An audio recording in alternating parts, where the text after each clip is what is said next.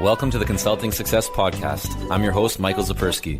In this podcast, we'll dive deep into the world of elite consultants, where you'll learn the strategies, tactics, and mindset to grow a highly profitable and successful consulting business.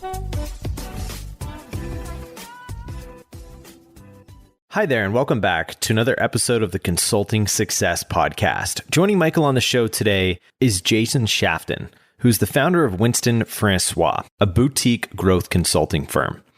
Now, before starting his own consulting business and agency, he worked at Google, where he led Google Play and social marketing, and was also the VP of marketing at Comedy Central and Headspace. Before I tell you more about Jason, as you're going to hear, he attributes much of his success to following in the footsteps of people who have come before him and learning from their mistakes. And if you want to follow in the footsteps of Jason and accelerate the growth of your consulting practice, the Consulting Success team is here to help. To work directly with the Consulting Success team and receive personalized coaching and support to optimize and grow your consulting business, marketing, and revenue, visit consultingsuccess.com/grow to learn more and apply today. Okay, so now let me tell you a little bit more about what you're going to learn from today's episode between Michael and Jason. The first is how to get referrals without directly asking for them. Why conversations are more important than creating a website or other marketing tools when it comes to winning new clients. Why hiring a second command can help you fuel the growth of your firm. How to develop IP and why that's critical to your growth. And how to hire and keep great talent. Plus so much more. Here to share with you his full story and insight is Jason Shafton. Enjoy.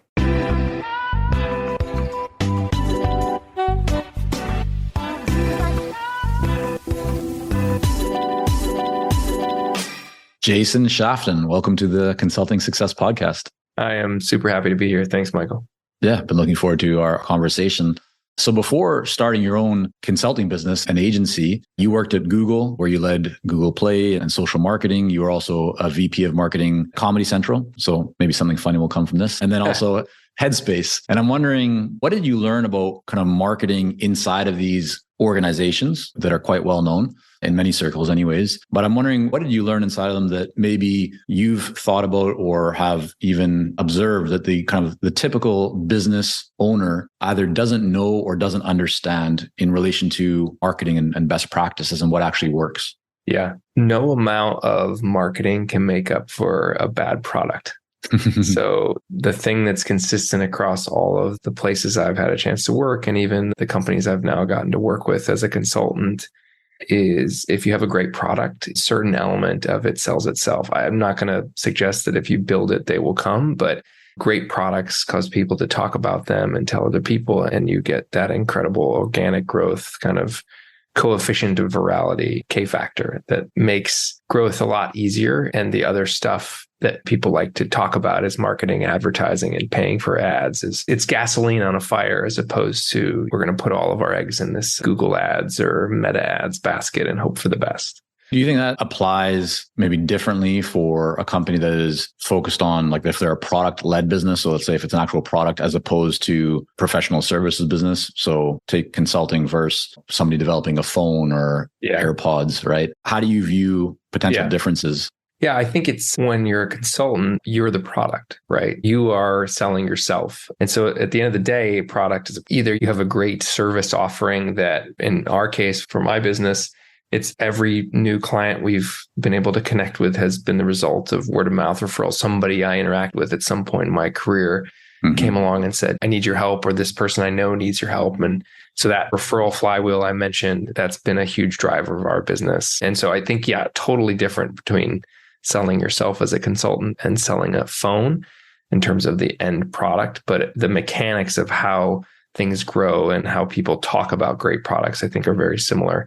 And I like to think, and I'm really proud of the fact I've never actually marketed myself as a consultant. All of it's been referral and word of mouth, which I think makes the process of closing a deal or selling a new client is a lot easier when it's a warm lead as opposed to kind of outbound and cold. Yeah.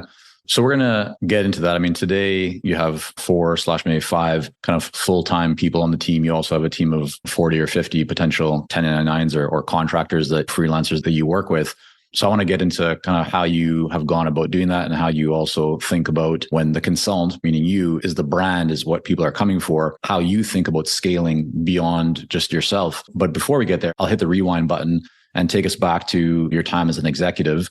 And I'm wondering what was going on. Why did you decide to leave working as an executive inside of these well-known growing companies to start your own consulting business and agency? Yeah, I really fortunate career that I'm super grateful for. And I like to think that maybe some amount of skill was involved, but it's certainly a lot of my moves throughout my career were happenstance and luck, right place, right time, knowing the right person. For me, there got to a point where I was doing a lot more teaching than learning. So my most recent role before I kind of went into advising and consulting with companies full time, I was an executive at a Fortune 200 healthcare company running kind of a startup business inside of that. And it was really interesting problems we were solving in the healthcare space, but I wasn't as challenged or as pushed to my limits and learning. And I think I get a little bored. And so for me, the trigger point was really knowing there was a bunch of pent up demand for the kinds of stuff that was rattling around in my head. And people were kind of coming out of the woodwork saying, hey, it would be great if you could help me with this problem or that. And knowing that I'd also built up this amazing network of people that I'd worked with or had worked for me, or I knew over the years that also were looking for those kinds of new challenges and opportunities. And I think it was a perfect storm, like stuff kind of comes together. It was actually as I was leaving Headspace, and a friend of mine reminded me of this recently, that I turned to him and said, someday I'm going to start an agency that's not an agency. And I'm going to bring you and all these other great people we've worked with me, and we're going to work with companies doing really cool stuff and help them grow. And I was on the phone with him maybe a few months ago. And he said, you did that. You actually have done that. And I was like, oh yeah, I did do that. And so it kind of just happened, right? And I wish I could give like, oh, well, there was this moment and I realized, but kind of following your truth and the things that you're passionate about, but also good at. So like bringing those two things together, that's been what has worked well for me. And being an executive, while titles are cool and shiny and fun, sometimes the most value, and for me in my career, like just getting my hands dirty, working on hard problems with really smart founders and tech startups doing cool stuff, that's been the most rewarding, fulfilling time in my career. You talk about having this kind of vision of what you wanted to do, and then now you're looking back, it's like, well, okay, I've actually done this, or I'm in the process of doing this. You mentioned right time, kind of right place. There's maybe some luck involved.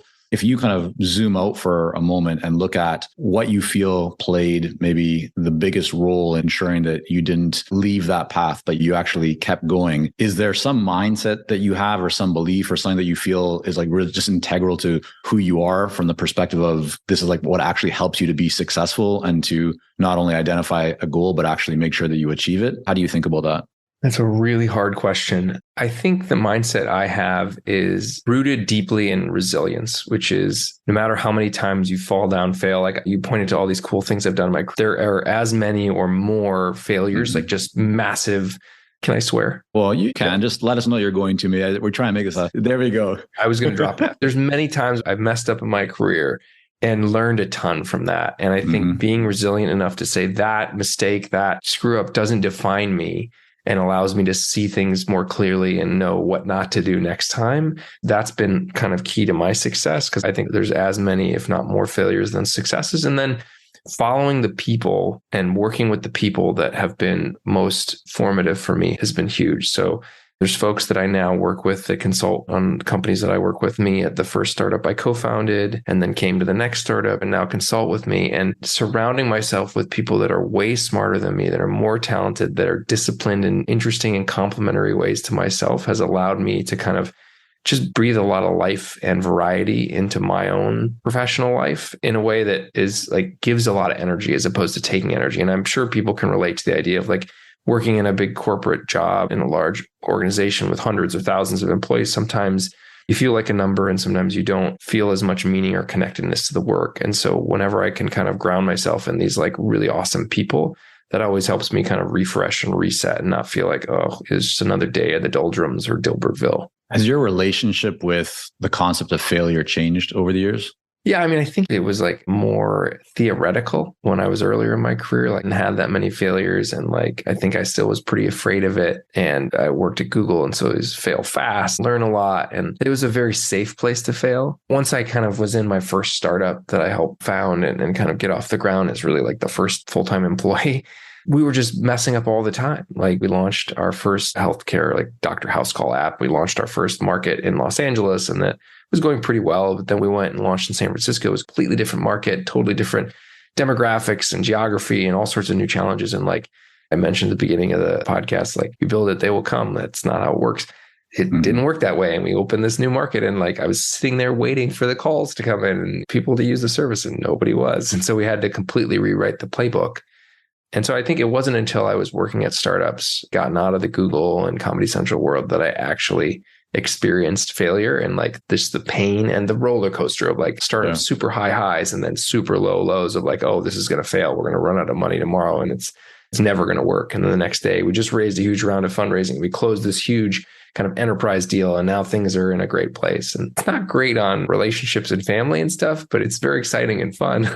Yeah. I find like my relationship with this concept of failure, I don't even like to use the word failure. It's more like a learning experience. But I think early on, it's something that you really try and avoid. And then as you kind of develop and progress through years of experience and kind of your career, at least in my observation and experience, it's like you just kind of understand that it's there. It's not necessarily that you want to fail or to make mistakes, but you just know that you're going to. And the more that you kind of understand that, it becomes quite empowering because you recognize that's just going to be a learning experience. And if you learn from it, as long as you apply it, you're just going to get stronger and better. And then there's no real stopping you. So that's kind of when the game of entrepreneurship becomes fun, that if you have that mindset that is open and you just welcome it, it kind of just becomes a part of it as opposed to trying to always avoid it. I think when you operate from that mindset of avoidance, it's like the scarcity mindset. And then you end up not taking action, which just holds you back. So it sounds like that's kind of what you've experienced as well. I totally agree. And yeah, I think failure used very loosely. Yeah. So let's talk about your business today. Winston Francois. You got it. All right. So first, like we just have to address the name. What is the name? What does this company do today? Yeah. My wife and I have two French bulldogs named Winston and Frank, aka Francois. Okay. When I met her, she had Frank. He was a puppy and she was calling him Francois or Frank or Francis. And then we got Winston a couple of years later. Their Frenchies are a lot. I don't know if you've ever got to hang out with one. They're totally nuts. They're crazy dogs. They're a lot of fun. So yeah, I named the company after the two dogs, and people are like, where does that name come from? Is this a law firm? Like, is this some kind of hoity-toity thing? It's a little weird and it's got French in it, but I like telling people where it's from because then everybody kind of smiles like you just did and chuckles about it. And it's a little disarming. There's lots of silly consulting firm and agency names out there, and I like ours. It's unique. Yeah. So what do you guys do? What does Winston Francois do? So at a high level, we are a boutique growth consulting firm that helps anyone grow. So you could be a first-time growth hacker, growth marketing manager working at a company, and we're going to start releasing content that helps explain kind of growth basics and principles, to founder, C-level executive, Series B startup that's trying to kind of break through that next level of growth and figure out some things operationally, organizationally, put the right process, programs, and teams in place to succeed. We tend to come in and provide fractional support, both at the strategy level and the kind of head of VP C level, as well as actual hands-on keyboard executional kind of operators that can get things done across basically every discipline of growth and marketing. So think brand, product marketing, lifecycle marketing, content marketing, search and performance marketing, and social media ads, PR and communications, even like growth design, engineering, building apps and websites and experiences. I've just accumulated this amazing group of people over the course of my career. And so we're able to plug those folks in to exciting high growth companies and help them scale and solve problems. And then we're not like an agency in that we're not there to work with you for 5-10 years. We want to help you achieve some very discrete growth objectives in the short to medium term, and then move on and help the next company. You talked about one of the things that you're proud of is you haven't, to this point anyways, had to do much marketing, if any at all, for the business. Yeah, this is my first podcast.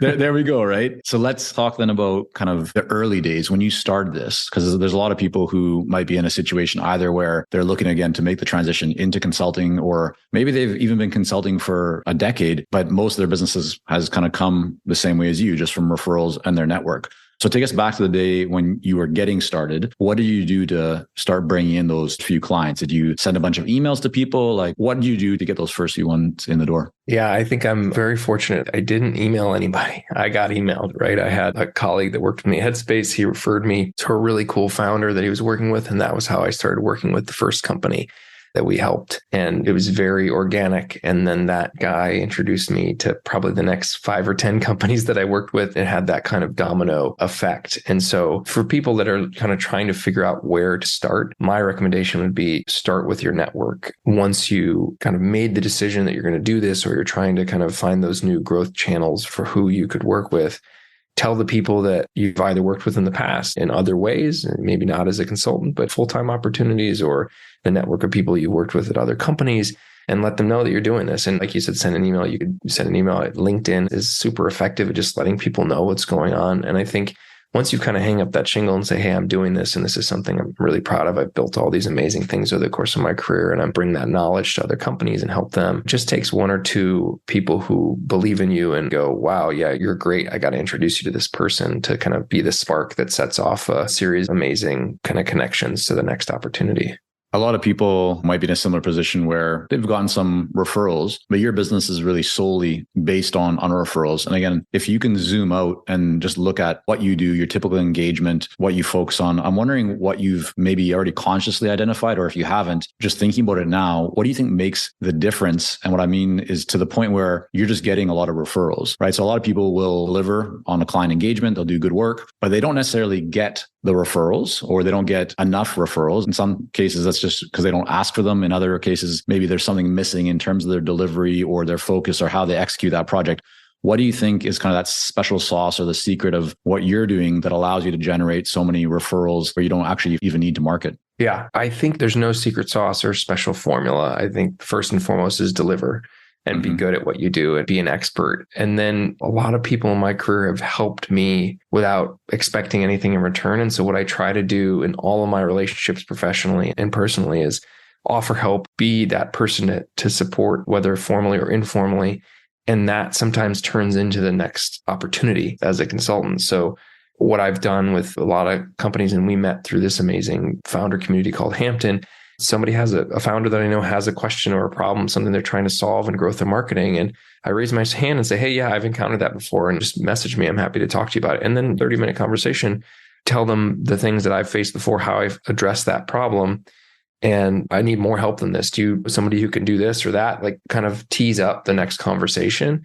And I think the other thing is, you actually just said it, like you should ask too. We're about to kind of launch a new website and start to really tell our story a little bit more broadly. So the timing of this conversation is great. And part of doing that is kind of promoting what we do and asking the people who've worked with us and had a great experience to share. And so setting up that kind of referral template and flywheel, if you will, giving people like a series of questions. Hey, give me a quote about your experience working with us. You can put that on the website. Hey, can I use your logo to say that we worked together before? Put that on your website and in your marketing materials and in your pitch decks. And asking them, can you tell other founders, other executives that you know about what we've done together? I'd really love it if you pass this along. Here's a blurb that you can use to forward to your network. And just teeing up all that stuff and making it really easy for the person who you're asking something of to do it. And hopefully you've already done a lot for them. And so they're like, no problem. This is no skin off my back. So it sounds like your mindset and approach to this is really about giving before you think about taking or asking. And that has served you well. You mentioned your website. And as of today, this may differ when this goes live. Like it'll be different tomorrow, hopefully. Yeah. I mean, the website is almost like non-existent. It's there. There's a logo. There's nothing there. How long has it been like that? Has that been since you launched the business? Yeah. At first, we didn't even have a website. Okay. We added a website maybe last year or the year before, and it's what you see now, which is like nothing. It's a logo. Yeah, right. So what I found so interesting about that I really wanted to bring it up, very often one of the things that holds consultants back, regardless of kind of what stage they're at, but from a marketing perspective, landing consulting clients is about conversations, right? The more conversations you have, right, the more business you'll typically generate. But a lot of people hold themselves back because they're trying to build a lot of stuff, like build their website, build all this, just building things, but they're not having conversations. And so the reason I want to highlight your kind of quote unquote lack of website right now, Jason, is because you've built your business, right? You have a team, you're growing, but yet you don't have a website. I mean, there's a website, but it's not like a real functioning kind of website, but you're still able to be successful. So anything that just stands out around that you would maybe tell somebody who's just trying to really like, they're thinking, oh, I have to make my website spectacular in order to create a successful business. How would you kind of counsel or advise or just share some thoughts on that? Yeah, I think keep it simple, stupid. Keep it stupid, simple. As a counterexample, late last year, I was like, I'm going to start building out all this content and teach people to do what I know how to do and use these amazing consultants that I work with to teach their craft. And so I'm going to build a studio in my office. So in the other room, I have backdrops and lights and cameras and a teleprompter. And I invested a bunch of money in all this stuff. And I have released zero content. And so like you can throw a bunch of money and people and resources at something. But to your point, if you don't take that, do the last mile, just have a lot of conversations, like write a lot of stuff, in my case, to start recording and creating content. I think it's not about the kind of coat of paint and the shine and the veneer of the surface of what you're doing. It's the substance. And so one other thing, going back to the last question that I think is really important that I should have mentioned is under promise and over deliver. I think I often will tell prospective client or client something that I know I can knock out of the park, that I can over deliver on that. And, if I say, hey, I'll get you a pitch deck next week, or I'll come back to you with that proposal, or we'll have that deliverable done in a week and deliver it in 2 or 3 days, that just sets us up for better interactions and people feeling like, man, this is just a ton of value and like somebody who is working very hard to support me. And so don't worry about making the perfect website. And to your point, Michael, get on a bunch of calls and find out from real potential customers what they need and then build that and only that. And so just to go back to the website point, like a simple lead form is probably all you need. Set up on some sort of CRM so that you can send out a series of emails introducing yourself and what you sell and what you do and can track the interactions you have. But you can have a CRM and a spreadsheet. And you can send emails from your one email account, and you can have a single page website like we do with a logo and a contact form on it, and you'll be okay. When you start to grow, and as we are, we're about to launch a real website because it's probably time. It's a little bit overdue, actually. Does anyone actually fill in that form since there's nothing on your website other than the logo? They do. Some people do. Yeah. What do they say? Like, I found you this, they're like, here, I heard about you guys. They're like, what? I'm just wondering, when someone comes to that website and it's just your logo right now in a form, like, what are they actually saying? They've come there because... Hey, it's Michael here, and we'll be right back to the podcast. But first, are you ready to grow, scale, and take your consulting business and marketing to the next level? If so, our Clarity Coaching program may be a great fit for you.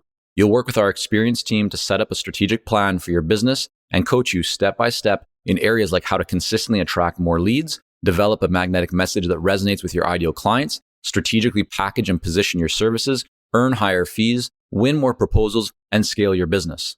To find out more about Clarity Coaching and apply, go to consultingsuccess.com and click on coaching. As they found me on LinkedIn or they know us, if they haven't been able to get a warm introduction, then they fill out and say, hey, I'm looking for the help with this. But 99% of everything we've done is come from people reaching out through connections that I have, as opposed to just a cold form on the website. And I think that's about to change. I'm about to kind of publicly promote the fact that we've built this kind of consulting business. So one challenge that typically earlier stage consultants will have is, back to your earlier point, that the brand is you, right? It's your network, your connections. People are coming to you initially because it's the Jason show, right? But to scale that, you can't be involved necessarily in every single project to the same degree that you were earlier on. What have you learned about that process, or kind of making that transition or shift so that there isn't as much reliance on just you, or just creating more time and space for yourself to work in other areas of the business? Yeah, it's not easy. And I'd say I haven't completely succeeded in that. I still represent 100% of all of our new client acquisition comes through me and my network and then referrals to me. However,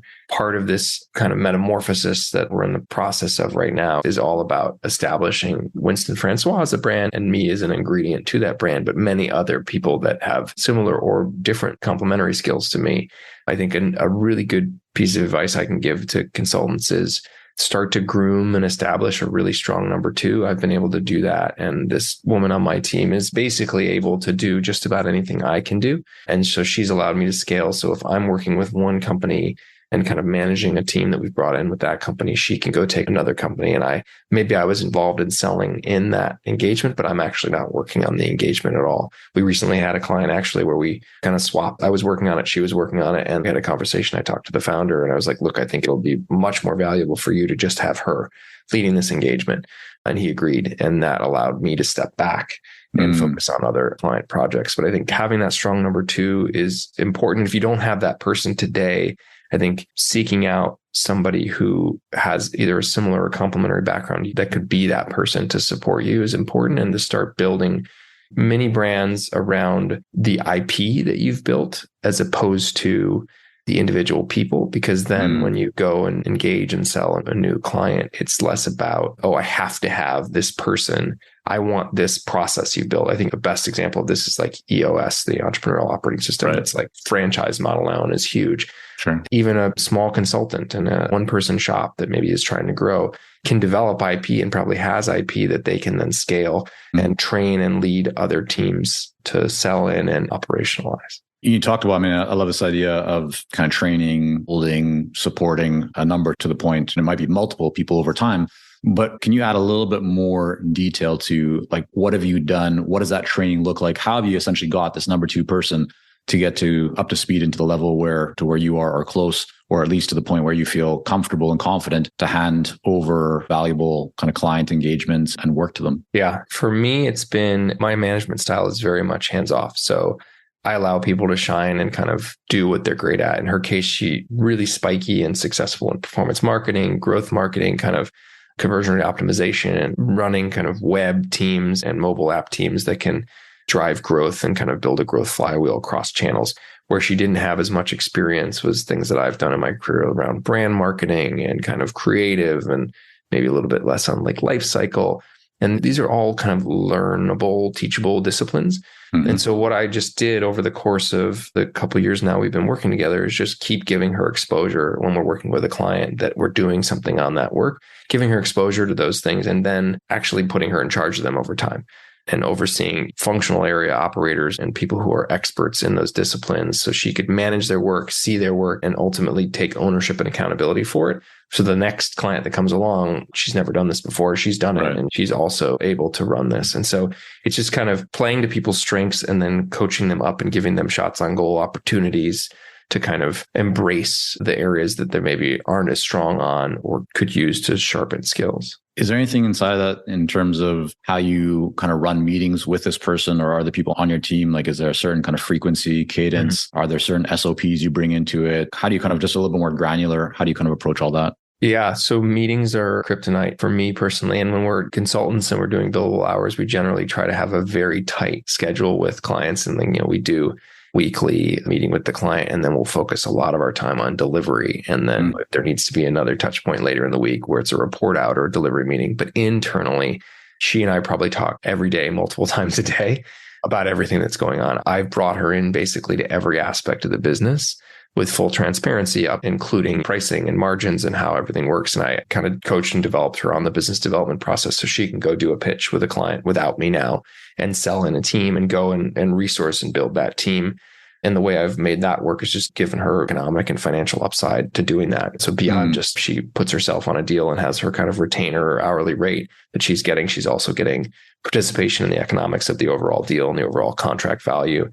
But the kind of frequency and intensity of engagement comes from my time working at startups, which is just run at problems as fast as we can. We use whatever available communication channels make the most sense. We meet and talk through things if we need to, but otherwise we're on Slack 24/7. We're firing off emails. We're in Google Docs and slides and sheets, building out all the materials to support a client.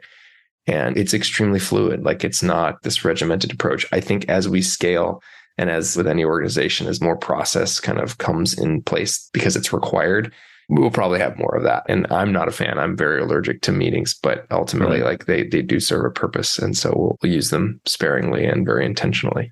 Is there anything that you learned, maybe you tried that just didn't quite feel right or didn't create the result that you wanted when it comes to kind of that incentive or bonuses or profit shares, or however you're kind of structuring that with this person or other team members, but anything that you tried and didn't work that you could share and others can learn from? Yeah, with some of the people I've had in the team, there was one other person that I gave this kind of access to and visibility into margins, and it didn't work because they weren't as senior as she was. And so they didn't handle the client conversations as well. They kind of made some bad calls about how to loop in additional resources and support. And to your point about meetings, didn't join important pitch meetings, and things kind of didn't land and didn't close. And as a result of not, the mistake is on me, right? I picked somebody who was a little bit more junior and a little bit more inexperienced that wasn't ready for that responsibility and that level of accountability.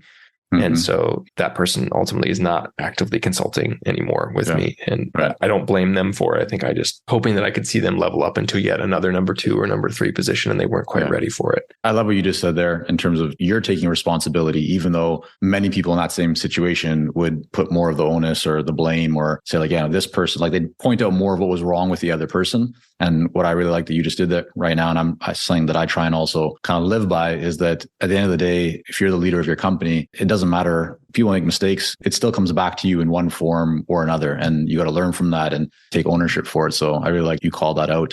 As you talk about bringing on kind of a senior person, one area that people struggle with at times or just aren't sure about is how to bring in talent. If you think about, let's say, a senior marketer, well, that person could potentially go anywhere or get a job at a much larger firm that potentially could pay them a lot more. What have you learned, or how do you kind of think about attracting great people that are more senior or just that are very good when you potentially don't have the same kind of resources budget when it comes to salaries potentially right away? How do you kind of think about that? I think about it in terms of the people. So my greatest selling point, and everybody that works with us started out doing so kind of just as a side hustle, freelance contract. There's the vast majority of the team, as I mentioned, are freelancers. And so it's complete control and flexibility. And it's a choice to kind of work with really smart people that are kind of hired guns that you can't really get access to and hire in your own company. So that's the sales pitch to a client. And I think it's also a sales pitch to potential new consultants, because the caliber of people they're going to be working with and the quality of thinking and the work,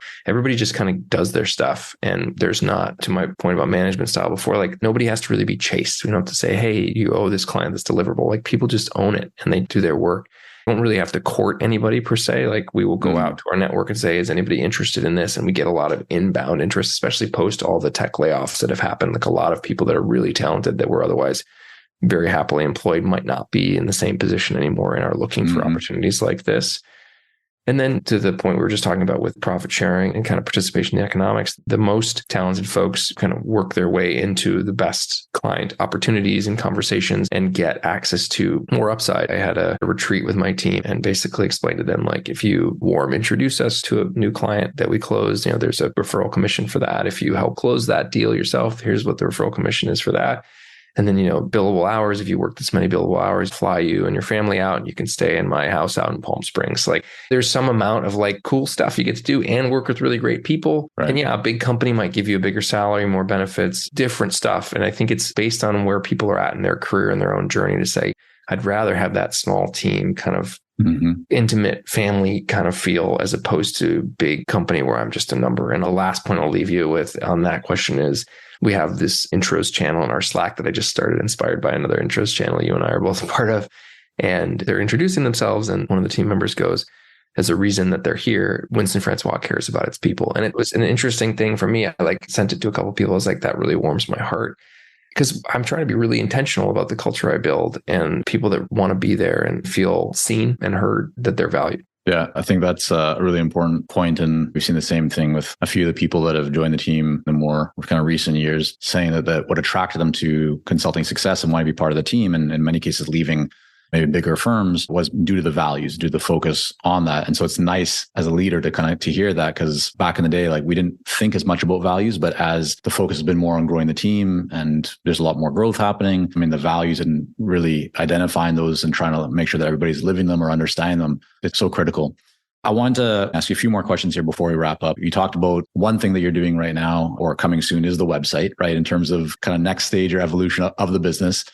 As you think about growth right now and growing the business and kind of getting into that next level of success, whatever that looks like for you, what's one or two things that you really have your sights set on that is a priority for you to kind of achieve that next level of growth?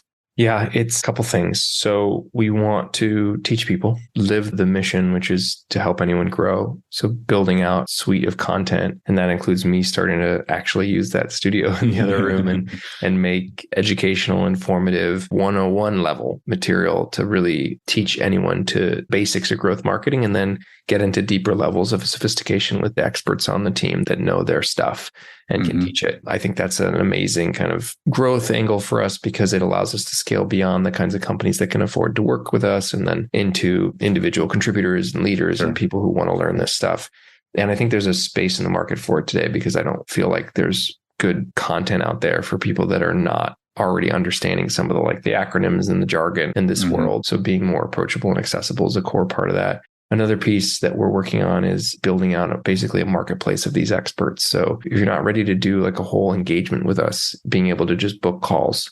There's a bunch of these kind of third-party knowledge networks that connect knowledgeable people. They may not even be a consultant with companies looking for that information, and they're like kind of a broker of that. I'd love to take the group that we have and basically expose them for those that want to be able to be booked just on a one-on-one basis for support. And I think that's another great opportunity to capture additional growth and revenue. And then we're also looking at ways that we can help earlier stage companies through just basic connectivity into their Slack. So if you have just a simple question you want to ask the expert in this performance marketing topic or lifecycle marketing, connect to our Slack for a relatively nominal subscription fee, and there'll be a person that within one business day responds to you and gives you that answer. So these are all things we're kind of playing around. We'd like to grow. And the big ambitious 5 to 10 year plan is growth as a service, and being able to package together these talented consultants and digital kind of products, SaaS, data layer, and technology to basically create the visualization, dashboards, reporting, and information that companies need to understand how they're doing and understanding the health of their business, and plugging in the experts to actually help them move those metrics and show them. So a little bit of a SaaS play there, but that's a longer term objective for sure. You mentioned resilience as kind of being one of the keys to your success, or something that you feel contributes to it. Are there any other habits or kind of mindsets or beliefs that are front and center for you that you feel really help you to kind of perform the way that you do? Yeah, I think it's all about the work. Get your stuff done, deliver, work hard, but smart. So not only get back up when you fall down, be resilient, but also just, I think my whole career has been based on me working circles around other people and just being able to execute and chop a lot more wood. And I think there's an element of just having more grit and passion for what you're doing. And if you don't, it shows. How do you do that though? I mean, and when you say just chop more wood, is like, do you feel that's because you work more hours? Do you think it's because you are more kind of efficient or effective, or you have better tools or automations, or like, what do you feel kind of contributes to you being able to actually chop more wood? Big part of it is just like, I am hyper efficient and I can be hyper focused. And so I tend to like lots of lists and knock out the highest priority stuff as quickly as possible, and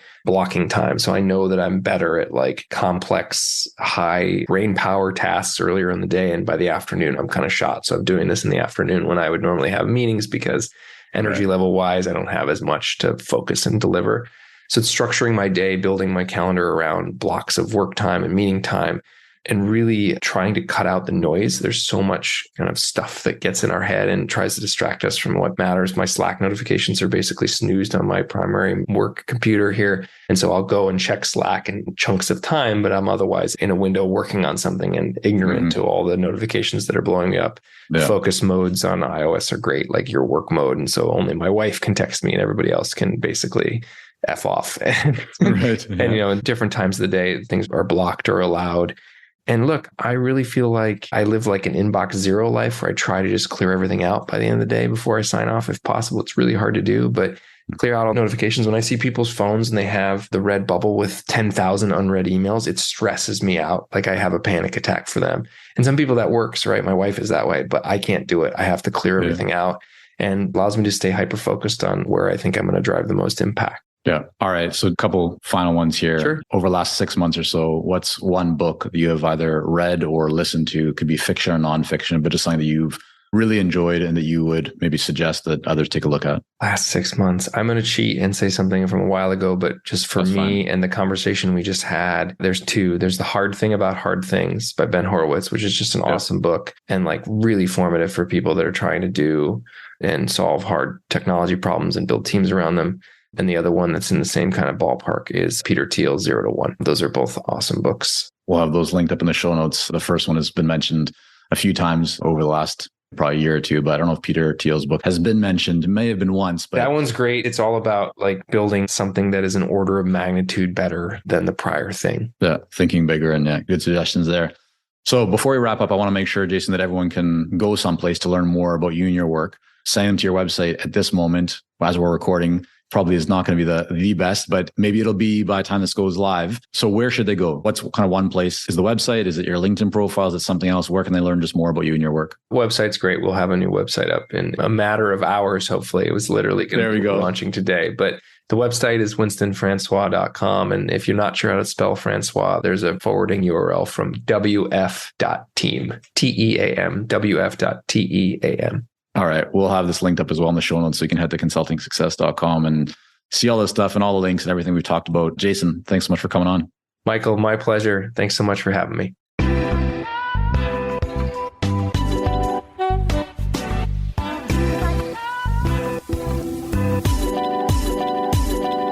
And there you have it for today's episode between Jason and Michael. If you enjoyed today's podcast, then as always, be sure that you hit that subscribe button wherever you listen to your favorite shows.